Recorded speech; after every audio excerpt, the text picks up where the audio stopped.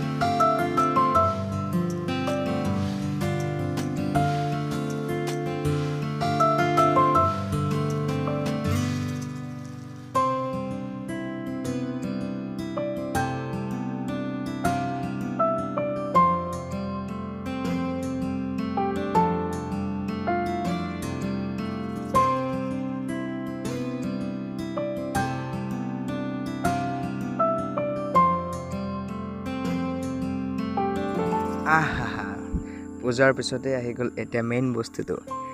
আৰু ইয়াত আছে দৈ গাখীৰ ঘিউ মৌ আৰু ওপৰত কল আছে আৰু চাউল মিহি মিহিকৈ খুন্দি দিছে আৰু আমাৰ বৰদেউতাই কল গুচাই মেধি ক্ৰীম সহায় কৰি দি আছে আৰু এইখিনি এতিয়া আমাৰ দেউৰীয়ে ধুনীয়াকৈ মিক্সিং কৰিব গোটেইখিনি মিক্সিং কৰি যাতে আমি খাবলৈ ভাল হয় তেনেকুৱা বনাই আছে ধুনীয়া বনাই আৰু আপোনালোকে খাই চাবচোন ভোগ খাই কেনেকুৱা লাগে কমেণ্ট কৰি জনাব যিহেতু আমাৰ দেউৰীয়ে ভোগখিনি মিক্সিং কৰি আছে আৰু এতিয়া ৰাইজক খাবলৈ ব্যৱস্থা কৰি দিব লাগিব গতিকে আমাৰ বাৰীৰ কলপাত কাটিছিলোঁ ৰাতিপুৱা চ' এই কলপাত এতিয়া ৰাইজক ভোগ খাবলৈ মই ৰাইজক আগবঢ়াই দিম আৰু বহুত অপেক্ষাৰ পিছত আমাৰ মাজত আহি গ'ল ভোগ এয়া আমাৰ ভোগ বিলাই আছে আমাৰ দেউৰীয়ে ভিডিঅ'টো চাই থাকক